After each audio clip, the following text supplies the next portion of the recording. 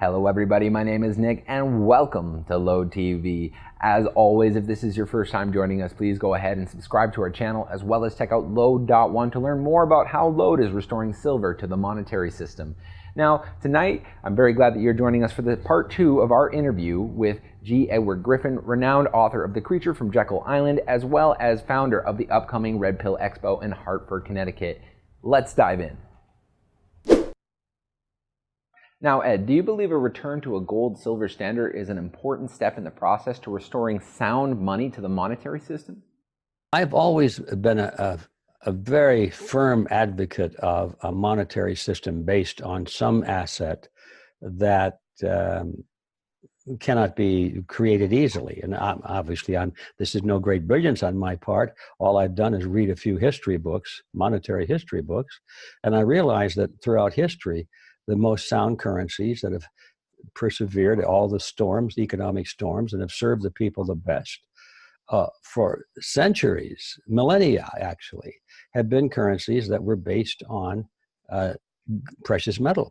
Now that isn't because somebody said, okay, we've figured it out now, we've been to college and we understand how these things work, and we hereby decree that gold or silver is going to be the standard. It's not because of that. It's because the people tried everything. It was a random study, you might say. And the only things that worked over time were precious metals, or in some short periods of time, there were things that worked. But in every case, the money had to be backed by something that had value, had intrinsic value of its own, even if it weren't used for money. That's one of the tests. And when you have something like that, I mean, in the beginning, it was like jars of wheat or cows.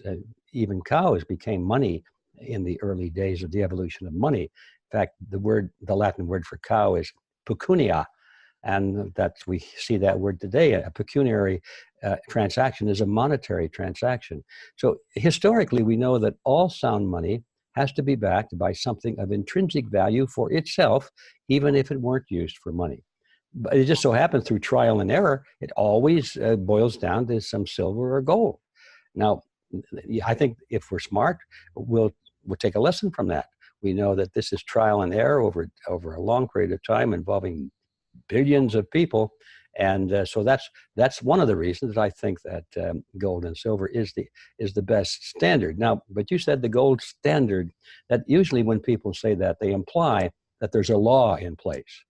A law makes you use gold or silver because some politician decided to say that's good, and here's the law. If you don't do it, you are punished.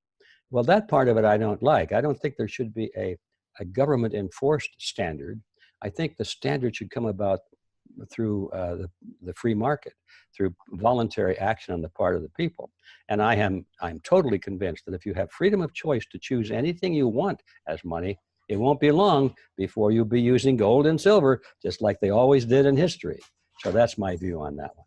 Now, Ed, you're the founder of the Red Pill Expo coming up in Hartford, Connecticut on June 7th and 9th. For those of our viewers who haven't had the opportunity to learn yet, what is the Red Pill really all about? I guess there are some people that haven't heard the phrase, take the red pill, but most people are aware that the whole thing, this meme, take the red pill, traces back to a sci-fi movie, which is now about 20 years old, I think, this year, called The Matrix. And the story is very simple, that humankind has been captured by machines and they're living in a dream world. Their minds have been tapped, their whole bodies have been tapped, and they're in vats of liquid, but they don't know it because the illusions are being fed into their brains. They think they're leading normal lives like you and like I am. They think they're going to work, they think they're having a family, they think they're eating a meal, they think they're on vacation, all of those things, but they're really not. They're in a vat of liquid. And so a couple of humans break out of that, and they're trying to rescue the rest of the humans, say, come on, get out of the illusion, get out of the matrix, it's called, and see life the way it really is. Face reality. It may not be as pleasant in your mind as being in a vat and thinking all of these good things, but reality is where you should be. And so that was the theme of the story. And I thought it was amazingly significant because today we are very much living in a world of illusion. Most of the things that are of great importance to us, the most important things to us, like, like our political system, our monetary system, our educational system, our health system, all of these things they're illusions primarily because what we think are the best things for us, really, after we find out the truth, they aren't. They're just the opposite. So Ed, I thought that this is a great meme. It's kind of entertaining because it's, people like stories, and science fiction stories are always pretty good too. So I wonder if we could interest people in discovering reality if we use the meme of the red pill. We gave it a try back in 2017. We had the first Red Pill Expo ever, and that was in Bozeman, Montana, of all places. Well, we didn't think many people would come. Just sort of an experiment. Well, were we surprised? People came literally from many countries all over the world. It was a smashing success. And we knew that we had rung the bell. We knew that the idea of the red pill and the cliche, the meme, take the red pill, was already embedded in the culture. So it worked together. And, if you tell a person that they're uninformed and they're ignorant, they don't like to hear that, nor do I. But if you say, yeah, take the red pill and see what reality is about, it's a little less confronting. And so that's how it's working, I suppose. And most people know that they're living in illusions. Most people have taken a red pill or two in their lives. I mean, if they get past the age of 30, they realize, that what they thought when they were in their teens or their 20s wasn't anywhere near the truth of the way things really work. So that's what the Red Pill Expo is all about. And we're bringing together this year 28 really great teachers, people who have taken the red pill in their own respective fields. And they'll be telling, this is like Neo in the movie. He's trying to rescue the rest of his humans out of the matrix. That's what we're all trying to do at the expo. And as far as speakers are concerned, of course, I'll be there. One of my shticks is money and banking, and I will be talking about that.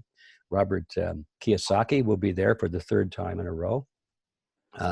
He loves the Red Pill Expo. Robert is the author of the Rich Dad, Poor Dad series of books, the best-selling financial advisory books that have ever been marketed. I mean, millions and millions and millions of copies world around.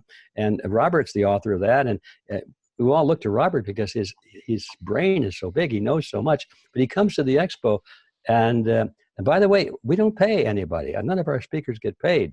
The guy like Robert is a real celebrity. He's used to big bucks to get honorary to speak. Well, he comes free, like we all do.